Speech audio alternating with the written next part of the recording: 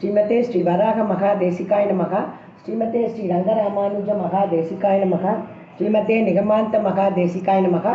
ஸ்ரீமதே ராமானுஜாய நமக. திருப்பாவையும் திருவாய்மொழியும் பகுதி 28. கோவிந்தா ஹரே கோவிந்தா ஹரே கோவிந்தா ஹரே கோவிந்தா கோவிந்தா ஹரே கோவிந்தா ஹரே கோவிந்தா ஹரே கோவிந்தா கோவிந்தா ஹரே கோவிந்தா ஹரே கோவிந்தா ஹரே கோவிந்தா கோவிந்தா ஹரே கோவிந்தா ஹரே கோவிந்தா ஹரே கோவிந்தா. கீழே 26ஆம் பாசுரத்தில் நோன்புக்கு வேண்டிய உபகரணங்களை எல்லாம் கண்ணன் எம்பெருமான்கிட்ட கேட்டு வாங்கிட்டாலாம் 5 லட்சம் தோழிகளும். அப்புறம் என்ன பண்ணாலாம், அடுத்த பாட்டு 27ஆம் பாட்டு இருக்கே, கூடாரை வெல்லும் சீர் கோவிந்தா அப்படின்னு அவனை சம்போதனம் பண்ணி என்ன சொல்றா, நோன்பு நோற்காமலேயே சம்பாவனை வேணும்னு கேட்டாலாம். என்னம்மா இப்படி பண்ணுறேன்லேம்மா, மார்கழி நீராட்டம் நேல் நோன்பு நோற்கணும் நேல் ஒன்றுமே இல்லாமல் சம்பாவனை கொடுன்னு கேட்குறேன்லேம்மா, இப்படி பண்ணுறது நியாயமான்னு கேட்டான் பெருமாள். அதுக்கு என்ன சொன்னாலாம், உனக்கு போற்றி பாடி பாடி உன் கல்யாண குணங்களையிலே மூழ்கி மூழ்கி அனுபவித்தோமே, அதுதான் நோன்பு, அதுதான் மார்கழி நீராட்டம், பூர்த்தி ஆயிடுத்து நோன்பு, சம்பாவனை கொடுன்ட்டாலாம். கொடுத்தான். சுடகம் தோல்வலை தோடு செவிப்பூ இப்படி பல்கலன்கள் யாமணிவோம் ஆடையுடுப்போம், அதன் பின்னே பால் சோறு மூடனை பெய்து முழங்கை வழிவார கூடியிருந்து குளிர வேண்டும்னு கேட்டா. எல்லாத்தையும் கொடுத்தோம்னா அப்புறம் பார்த்தாலும் இவா நகர்ற மாதிரி தெரியலையா கண்ணன் திருவடியை விட்டு. எம்பெருமான் கேட்குறான், என்ன இன்னும் எதையோ எதிர்பார்த்து நிற்கிற மாதிரி இருக்குது, பெண்களே என்ன வேணும் உங்களுக்கு அப்படின்னு கேட்குறான். சொல்கிறாளாம், ஆமாம் எதிர்பார்த்துன்னு தான் நிற்கிறோம் அப்படின்னோடனே, இப்போ இவ்வளவு கொடுத்தேனே, உபகரணங்கள் கொடுத்தேன், நோன்பு நோற்காமலேயே நல்ல பேச்சு சாமர்த்தியத்திலேயே சம்பாவனையும் கேட்டு வாங்கிட்டேன், பல்கலனும் யாமணிவோம்னு அணிகலன்கள்லாம் கொடுத்தாச்சு, அப்போ இதோட இன்னும் பெருசாக ஏதோ எதிர்பார்க்கிறா போல தெரியறதே அப்படின்னா.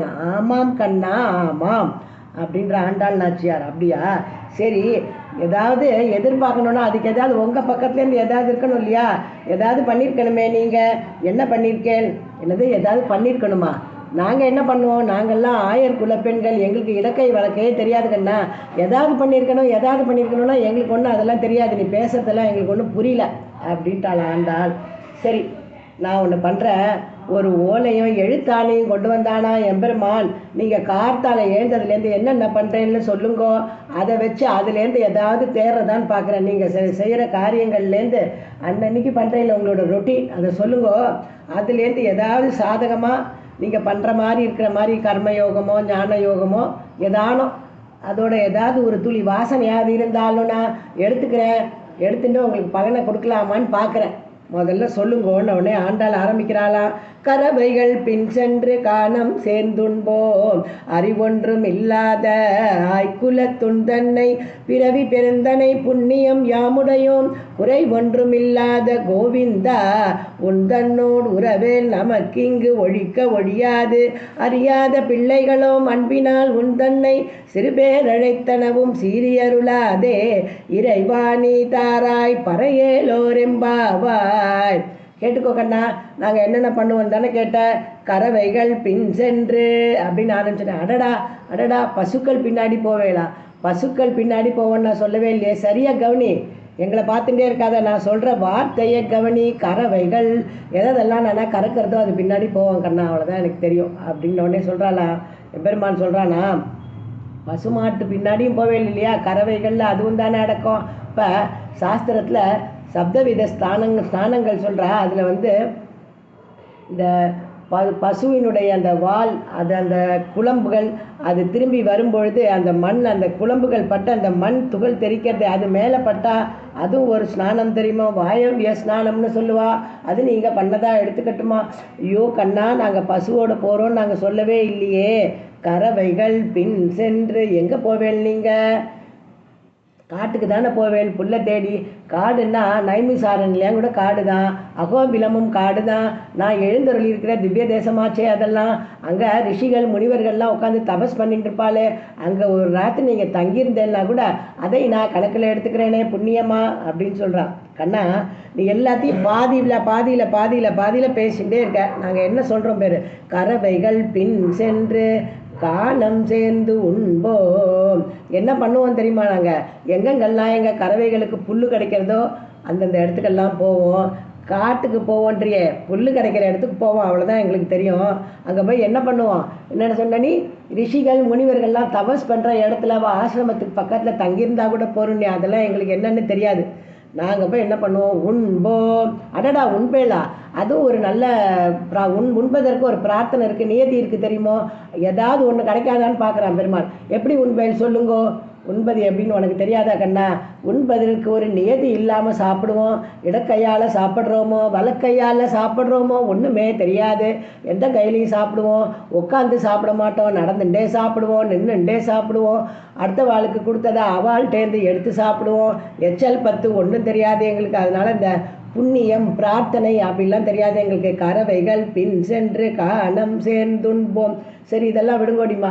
உங்கள் அத்து பெரியவா யாராவது உபன்யாசம்லாம் கேட்டு ஏதாவது நல்ல விஷயங்கள்லாம் சொல்லி அந்த பூர்வ ஜென்ம வாசனை அடியா ஏதாவது உங்களுக்கு ஞானம் வந்திருக்கோ அப்படின்னு கேட்குறானா. அதுக்கு சொல்கிறாளாம், எனது உபன்யாசமா, யார் எங்களுக்கு நல்லது சொல்வா கெட்டது சொல்வா அதெல்லாம் எங்களுக்கு வித்தியாசப்படுத்தி பார்க்க தெரியாது. சொல்கிற விஷயம் நல்லதா யார் சொல்கிறா அதுவும் எங்களுக்கு தெரியாது.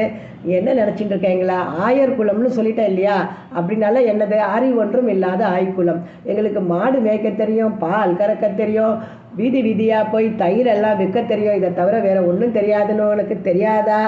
அறிவொன்று ஆய்குலம்னாலே அறிவொன்றும் இல்லாத ஆய்குலம்ன்றது சொல்லாமே தெரியாதா கண்ணா? அப்போ என்னவோ நீ என்னவோ கர்மயோகம்னு எடுத்துக்கட்டுமா, ஞான யோகம்னு, இதுக்கெல்லாம் எங்களுக்கு இந்த மாதிரிலாம் நாங்கள் கேள்விப்பட்டதே இல்லையே. இந்த வார்த்தைகளெல்லாம் நீ என்னென்னவோ சொல்லின்னு போகிறையே அப்படின்னோடனே எம்பெருமான் சொல்கிறானா, நல்லது சொல்கிறாளான்னு தெரியாதுங்கிறேன். காட்டுக்கு போகிறதுக்கு நாங்கள் எப்படி வேணாலும் சாப்பிடுவோன்னு சொல்கிறேன்.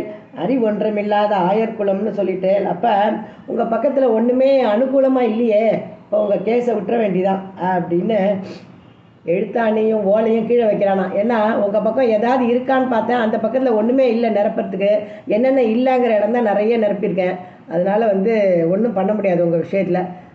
நீங்கள் கிளம்பலாம் அப்படின்றானா. இரு அவசரப்படாத. நாங்கள் என்ன சொன்னோம், அறிவொன்றும் இல்லாத ஆய்குலம்னு எங்களை சொன்னோம். ஆனால் ஒரு புண்ணியம் இருக்குது எங்கள் ஆயர்குலத்தில். அதுக்கு என்ன பண்ணுறோம், நாங்கள் வெண்ணெய் ஊட்டி பாலை ஊட்டி சோறை ஊட்டி உருட்டி கொடுத்து வளர்க்குறோம் தெரியுமா. வெண்ணெய் ஊட்டி பாலை ஊட்டி சோறையும் ஊட்டி வளர்க்குறோம். அந்த புண்ணியம் எங்கிட்ட இருக்குது. சாதாரணமாக எல்லோரும் என்ன பண்ணுவா தெரியுமா கண்ணா, இந்த தெய்வம் கடவுள்லாம் சொல்கிறியா, அங்கே போய் தான் எல்லோரும் சேவிப்பா நாங்கள் பார்த்துருக்கோம். ஆனால் எங்களுக்கு தெய்வமே எங்கள் குலத்தில் பிறந்திருக்கு தெரியுமோ. குறை ஒன்றும் இல்லாத கோவிந்தா. அந்த தெய்வத்துக்கு எந்த குறையும் கிடையாது. யார் இன்னும் யோசிச்சுட்டு இருக்கியா, நீ தான் அது. நாங்கள் அறிவொன்றும் இல்லாத ஆய்குலமாக இருக்கலாம், ஆனால் நீ குறை ஒன்றும் இல்லாத கோவிந்தனாச்சே. உன்னுடைய குறை ஒன்றும் இல்லாத தன்மை எங்கள் அறிவொன்றும் இல்லாத தன்மையை இட்டு ஒப்பிடாதா? மேட்லேருந்து தண்ணி பாஞ்சா பள்ளமும் மேடும் ஒன்றாயிடாத சொல்லு, ஆயிடும் இல்லையா? அப்போ எங்களுக்கு தான் அறிவொன்றும் இல்லைன்னு சொன்னோம். அந்த எழுத்தாணியும் எடுத்து இப்போ எழுது. புண்ணியனை எங்கள் குலத்தில் பிறந்தானே அந்த புண்ணியம் எங்கள்கிட்ட இருக்குது. புண்ணியமே எங்கள்கிட்ட பிறந்திருக்கு கண்ணா. நீ பிறந்திருக்கியே, பிறந்திருக்க அவதாரம் பண்ணன்னு சொல்லலையா, பிறந்திருக்கிறாய் ஆயர் குலத்தில் நீ எப்போ அந்த புண்ணியம் இருக்குது. அந்த புண்ணியத்தை லிஸ்டில் அதை எடு. அந்த புண்ணியம் எப்படிப்பட்ட புண்ணியம் தெரியுமோ, குறை ஒன்றும் இல்லாத கோவிந்தா. அவாடா, இப்போ தான் உங்களுக்கு தெரியறதா உங்கள் ஆயர் குலத்தில் பிறந்திருக்கான் கடவுளான நான் அப்படின்லாம் இப்பப்பெல்லாம் சொல்கிறேலே. பின்ன முன்னாடி பாசரத்தில் எடுத்தவுடனே முதல் பாசரத்துலேயே நாராயணனே நமக்கே அப்படின்னு நாராயணன் பெரிய பேர்லாம் சொல்லிட்டு இருந்தேலே. பெரிய பேர் நீங்கள் சொன்னேன், ஆனால் எனக்கு எது பெரிய பேர் தெரியுமோ, இப்போ கோவிந்தான் கூப்பிடுறேலே, அதுதான் சரியான திருநாமம். பசுக்களை ரட்சிப்பவன் அப்படின்னு இப்போ கூப்பிட்டேன் பாருங்க. இந்த வார்த்தை உங்கள் வாயிலேருந்து வரத்துக்கு 27 பாசுரம் ஆக வேண்டி இருந்ததோ. நாராயணன் மூர்த்தி கேசவன் அப்படின்னு 2ஆம் தரம் சொன்னேன். அப்புறம் என்ன சொன்னேன், நாற்ற துழாய்முடி நாராயணன் இப்படிலாம் சொல்லலாமா என்ன? கோவிந்தன்னு சொல்கிறேன், உங்களோட கலந்து பரிமாறுறவன்னு சொல்கிறேன். அப்போ இந்த மாதிரி பேரெல்லாம் சொல்லி என்ன கூப்பிடலாமா அப்படின்னு உடனே எல்லாரும் சொல்கிறா, கண்ணா மன்னிச்சுக்கூடா கண்ணா, நாங்கள் தான் அறிவொன்றும் இல்லாத ஆய்க்குலம்னு சொல்லிட்டோம். உன் மேலே உள்ள பிரேமனாலையும் ஏதோ சின்ன பசங்கப்பா தெரியாமல் சொல்லிட்டோம். அதனால் நீ என்ன சொல்கிற, இப்போ நாராயணன் அப்புறம் நாராயணன் மூர்த்தி அதெல்லாம் சின்ன பேர்னு சொல்லிட்டேன். இனிமேல் அதெல்லாம் கூப்பிட மாட்டோம்டா கண்ணா, மன்னிச்சுக்கோப்பா.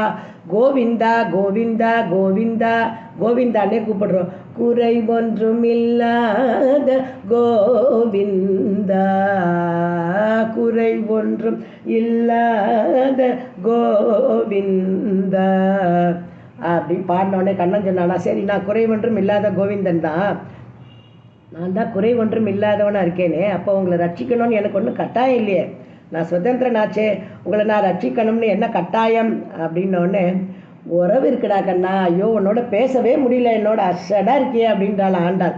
உறவு இருக்குது தெரியுமோ, ஒழியாத உறவு இருக்குது, சம்பந்தம் இருக்குடா கண்ணா, உனக்கும் எங்களுக்கும் என்ன பெரிய சம்பந்தம். துரியோதனன் கூட எனக்கு உறவு தான், சம்பந்தி முறை. சிசுபாலன் கூட எனக்கு உறவு தான், அத்தை பையன். அவள்லாம் நான் ரட்சிச்சேனா? சிசுபாலன் மாதிரியும் துரியோதனன் மாதிரியாடா கண்ணா நம்ம உறவு. பாண்டவர்களுக்கும் உங்களுக்கும் உனக்கும் என்ன உறவோ அந்த மாதிரி உறவுடா, எப்படி விட முடியாத உறவுடா. மம பிராணாகி பாண்டவான் அவளை சொல்லியே, அதே மாதிரி நாங்கள்லாமும் உனக்கு பிராணன் தானடா கண்ணா. எத்தனை வித சம்பந்தம் தெரியுமா? நவவித சம்பந்தம் உண்டு உனக்கும் எங்களுக்கும் தெரியுமா? நீ பிதான்னா நாங்கள்லாம் புத்திரர்கள், நீ சேஷின்னா நாங்கள் சேஷபூத்தர்கள், நீ தான் எங்களுக்கு நீ தான் எங்களை காப்பாற்றுறவன், நாங்கள்லாம் நீ ஒரு நாள் காப்பாற்றப்பட வேண்டிய வஸ்து. இந்த மாதிரி 9 விதமான சம்பந்தம் இருக்குது. இந்த சம்பந்தத்தை நீ நினச்சாலும் விட முடியாது, நாங்கள் நினச்சாலும் விட முடியாது, 2 பேரும் நினச்சாலும் ஒழிக்க முடியாதுடா கண்ணா. அதனால் நீ என்ன பண்ண தெரியுமோ, நாங்கள் ஏதோ தெரியாதனமாக ஒன்று நாராயணன்னு கூப்பிட்டுட்டோம், அதை மனசில் வச்சுக்காத. என்ன பண்ணணும், நீ இறைவா நீ தாராய் பறை. அதனால் நீ என்ன பண்ண தெரியுமோ, நாங்கள் கேட்குற பறையை எங்களுக்கு கொடுக்கணும். இன்னொன்று நல்லா ஞாபகம் வச்சுக்கோ, நான் உன்னை என்று இலேன் கண்டாய் நாரணனே, நீ என்ன என்று இலை அப்படின்னு ஆழ்வார் பாடியிருக்காரு. அந்த மாதிரி நீ இல்லாமல் நாங்கள் இல்லை, நாங்கள் இல்லாமல் நீ இல்லை அப்படின்னு சொல்லி முடித்தாலாம். இது திருப்பாவை அனுபவம். சுவாமி நம்மாழ்வார் என்ன சாய்க்கிறார் திருவாய்மொழியில்? முதல்ல புண்ணியம்ன்ற வார்த்தை. என்ன புண்ணியமா? சிகர மாடங்கள் சூழ் திருவிண்ணகர் சேர்ந்த பிரான் புகழ்கொள் கீர்த்தியல்லால் இல்லை யாவர்க்கும் புண்ணியமே. எல்லா சம்சாரிகளை பார்த்து ஆழ்வார் சாதிக்கிறார். நம்ம எல்லாருக்கும் என்ன புண்ணியம் தெரியுமோ? திருவிண்ணகர் சேர்ந்த பிரான், அந்த உப்பிலியப்பன் இருக்கானே அவனுடைய கீர்த்தி எல்லால் இல்லை. நம்ம எல்லாருக்கும் புண்ணியமே அதுதான், அவனுடைய கீர்த்தி தான், அவனுடைய புகழ்தான் புண்ணியம். சரி, சம்பந்தம்னு ஆண்டாள் சொன்னாலே ஒன்று, அந்த சம்பந்தத்தை ஆழ்வார் என்ன சொல்கிறார்? என் உயிர் கண்ணபிரானை நீர் வர கூவுகிலீர். என் உயிர் கண்ணபிரான், உயிரே கண்ணபிரான் தான்ட்டார். அப்புறம் என்ன இருக்குது சொல்கிறதுக்கு? தாயாய் தந்தையாய் மக்களாய் மற்றுமாய் முற்றுமாய் நீயாய் நீ நின்றவாறு இவை என்ன நியாயங்களே அப்படின்னு சொன்னார். இந்த பாசுரத்தை சரணாகதி பாசுரம் அப்படின்னு பெரியவாள்லாம் அனுபவிப்பா. சரணாகதிக்கு 5 அங்கங்கள் இருக்கு. ஆனுகூல்ய சங்கல்பம், பிராதிகூல்ய வர்ஜனம், ரட்சித் செய்தி விஸ்வாசம், கோப்திருத்வ வரணம், கார்பண்யம் இப்படின்னு 5 அங்கங்கள் இருக்கு. ஆனுகூல்ய சங்கல்பம், ஆண்டாள் என்ன சொல்கிறாங்க? எம்பெருமான் திருவுள்ளகத்துக்கு எது உகப்புக்குமோ அந்த வார்த்தைகளை தான் பேசுவோம், அந்த காரியங்களை தான் செய்வோம். என்ன சொன்னால் முதல்ல கரவைகள் பின் சென்று, ஆகா நீங்கள் உங்கள் வர்ணாசிரமத்துக்கு தகுந்த மாதிரியான காரியத்தெல்லாம் பண்ணுறேன் அப்படின்னு எம்பெருமான் உகப்பான் அப்படின்னு ஆண்டாள் கரவைகள் பின் சென்றுன்னு சொன்னால் ஆனுகூல்ய சங்கல்பம். ஆழ்வார் என்ன சொன்னார்? தொழுத்தையே தனிமையும் துணை பிரிந்தார் துயரமும் நினைகிலை கோவிந்தா, நின் தொழுத்த நின் பசுக்களையே விரும்பி துறந்து எம்மை விட்டு அவை மேய்க்க போய்தி. நீ என்ன பண்ணுவ தெரியுமோ கண்ணா? உனக்கு இந்த பிரிவி துயர் தனிமை இதெல்லாம் உனக்கு ஒன்றுமே தெரியாது. ஏன்னா உனக்கு பிடிச்ச காரியம் என்ன தெரியுமோ? பசுக்களையே விரும்பி, பசுக்களையே தான் விரும்பினி, அது பின்னாடியே தான் மேய்க்க போட்டுருப்ப தெரியுமோ? தேவ கோல பிராந்தன் செய்கை நினைத்து மேவ காலங்கள் கூடினேன் எனக்கு எண்ணினி வேண்டுவதே. இந்த தேவப்பிரான்னு எல்லாரும் ரொம்ப பாராட்டுறாளே, எம்பெருமானுடைய மேன்மையை அனுபவிக்கிறாளே. அவன் கிருஷ்ணாவதாரம் பண்ணி நிறை மேய்த்தானே, அந்த லீலைகளையா நினச்சி என்னுடைய காலத்தை நான் கடத்தினேன். இனிமேல் எனக்கு வேண்டியது ஒன்றுமில்லை அப்படின்றார். ஆனுகூல்ய சங்கல்பம், எம்பெருமானுக்கு எது உகப்போ அதையே பாசுரம் என்றார். கேயத்தீங்குழல் ஊதிற்றும் நிறைமேய்த்ததும் நிகரில் மல்லரை செற்றதும் நிறைமேய்த்ததும். இப்படி ஆணுகூல்ய சங்கல்பத்தை சொன்னார். அடுத்தது பிராதிகூல்ய வர்ஜனம். ஆண்டாள் நாச்சியார் என்ன சொன்னா பாசுரத்தில்? சிறுபேரழைத்தனவும் சிறியருளாதே. தெரியாமல் கூப்பிட்டுட்டோண்டா கண்ணா, சின்ன பசங்க தானடா, மன்னிச்சு விட்டுடா. உனக்கு பிடிக்காத பேர், உனக்கு நீங்கள் வந்தது எதுக்கு? சௌலபியத்தை சம்பாதிக்கிறதுக்கு. அங்கே போய் அந்த இடத்துல போய் உன்னை போய் நாராயணன்னு கூப்பிட்டது தப்பு தான்டா. அதனால நான் என்ன பண்ணுறோம், இனிமேல் கோவிந்தானே உன்னை கூப்பிடுறோம், கோவிந்தானே சம்போதனம் பண்ணுறோம் அப்படின்னு சொன்னாலாம். இங்கே சுவாமி நம்மாழ்வார் என்ன சொல்கிறார்? வைகுந்தா அப்படின்னு எம்பெருமானை பாட ஆரம்பிக்கிறாரா. எம்பெருமானை அப்படியே திரும்பி பார்க்குறானா. வைகுந்தான் பாடுறையில என்ன அப்படின்னோடனே அடுத்தது ஒன்று ஆரம்பிச்சிட்டாராம். மணிவண்ணனே, நீ வைகுந்தனா இருக்க, ஆனால் வைகுந்தான்னு ஒன்று சொல்கிறத விட அடியார்களுக்கு எடுத்து இஷ்ட விநியோகம் பண்ணிக்கொள்ளலாம்படி இருக்கின்ற மணிவண்ணனே, பத்துடை அடியவர்க்கு எளியவனே, எளிவரும் இயல்பினனே, இப்படியெல்லாம் கூப்பிட்டா தானே உனக்கு பிடிக்கும். அதனால் இனிமேல் என்ன பண்ண போகிற உன்ன? ஈசன் வானவர்க்கென்றால் அது தேசமோ திருவேங்கடத்தானுக்கு. ஈசன் வானவர்க்குன்னொடனே அப்படியே திருவேங்கடத்தான் திரும்பி பார்க்குறானா. திருவேங்கடவன் விஷயமான பதிகத்தில் இப்படி திரும்பி பார்க்குறானா. ஈசன் வானவர்க்குன்னா நான் வைகுண்டத்திலே இருந்திருப்பேனே ஆழ்வீர், எல்லா அடியார்களுக்கும் நான் சுலபனாக இருக்கணும் தானே அங்கேருந்து திருமலையில் வந்து நின்றுட்டுருக்கேன். இப்போ போய் என்ன ஈசன் வானவர்க்குன்றேலே அப்படின்னோன்னு அவனுக்கு பிடிக்காதுன்னு தெரியும். அதனால் நான் அடுத்து சொல்ல போகிறேன், பாசுரத்தை கேளு. ஈசன் வானவர்க்கென்றால் அது தேசமோ திருவேங்கடத்தானுக்கு, நீசனே நிறை ஒன்றுமில்லேன் என் கண் பாசம் வைத்த பரஞ்சுடர் சோதிக்கே. அடுத்த அங்கம் கார்பண்யம். கார்பண்யம்னா கை முதல் ஒன்றுமில்லை ஐயனே, எங்கள் கையில் ஒன்றுமே கிடையாது, நீ தான் கதி. இது ஆண்டாள் நாச்சியார் எங்கே சொல்கிறா? அறிவொன்றும் இல்லாத ஆய்குலத்து, அறிவொன்றும் இல்லாத ஆய்குலம். அப்பா எங்கள் கையில் ஒரு புண்ணியமும் கிடையாதுன்னு ஏற்கனவே சொல்லிட்டேன்ப்பா. அதை தான் இப்போ சரணாகதியோட அங்கமாக கார்பண்யத்தை சொல்கிறா சுவாமி நம்மாழ்வார். ஆக்கிஞ்சன்யம் அனன்ய கதித்வம், வேற வழியும் இல்லைப்பா எனக்கு, வேற கதியும் இல்லைப்பா. கை முதல் வேறு ஒன்றுமில்லை, வேறு கதியும் இல்லை. இதை தானான பாசுரத்தாலையும் சாதிக்கிறார், தோழி பாசுரம் மூலமாகவும் சாதிக்கிறார், தாயார் பாசுரமாகவும் சாதிக்கிறார். தலைவி பராங்குசனாகி அப்படியே வாடி போய் படுத்துட்டு இருக்காளாம். எந்தெந்த தேவதைகளெல்லாமோ எடுத்துன்னு வந்து அந்த நோயை விரட்டுறதுக்கு மந்திரிச்சு மாந்திரிகம் என்னென்னவோ பண்ணுறாளாம் தாய்மார்கள்லாம். அதுக்கு அந்த தோழி சொல்கிறாளா, தீர்ப்பாரையாமினி எங்கனம் நாடுதும் அன்னை மீர். அம்மா, இவளுக்கு வந்திருக்கிற நோயை தீர்ப்பார் யார் தெரியுமோ? ஓர் பாலி ஒன்னுதல் உற்ற நல் நோய் இது தேறினோ. இவளுக்கு வந்திருக்கிற நோய் நல்ல நோய். இதை யார் தெரியுமா தீர்ப்பா? வேற யாருமே தீர்க்க முடியாது. யார் தீர்ப்பா தெரியுமோ? போர்ப்பாகுதான் செய்து அன்று ஐவரை வெல்வித்த மாயப்போர் தேர்ப்பாகனாக்கு இவள் சிந்தை துழாய் திசைக்கின்றதே தீர்ப்பாரையாமினி. யாரும் தீர்க்க முடியாது. அந்த பார்த்த சாரதி மட்டும்தான் இந்த நன்னோயை தீர்க்க முடியும். இது வேற கதி இல்லை, அவன்தான் கதி, வேற கைமுதலும் இல்லை. ஆனால் வேற கதியே இல்லைன்னு யாரை பார்த்து சொல்கிறார்? மறுபடியும் நேர திருமோகன் எம்பெருமான் காலமேக பெருமாளை பார்த்து சொல்கிறார். தோளும் நான்கூடை சுரி குழல் கமல கனிவாய் காலமேகத்தை அன்றே மற்றோ கதியே. காலமேகத்தை அன்றி மற்றொன்றிலம் கதியே.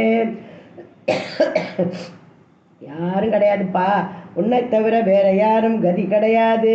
அதனால நீ ஒருத்தன் தான் கதி, வேற கதி இல்லை.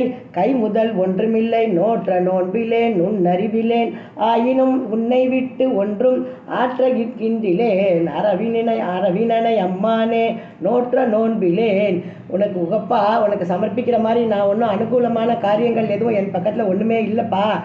ஒன்றும் இல்லாத ஆய்குலத்தின் ஆண்டாள் சாய்ச்ச மாதிரி இவர் என்ன சொல்கிறார்? ஸ்ரீவர மங்களநகர் எம்பெருமான்ட்ட போய் நோற்ற நோன்பிலேன் நுண்ணறிவிலேன் அகிஞ்சனன் அடியேன். அதனால நீ தான் கதி அப்படின்னு கை முதல் ஒன்றுமில்லை, வேறு கதி இல்லைன்னு சொல்கிறார். இதுக்கு கார்பண்யம் அப்படின்னு பேர். அடுத்த அங்கம் என்ன தெரியுமோ? மகா விஸ்வாசம், நம்பிக்கை, பெரிய நம்பிக்கை.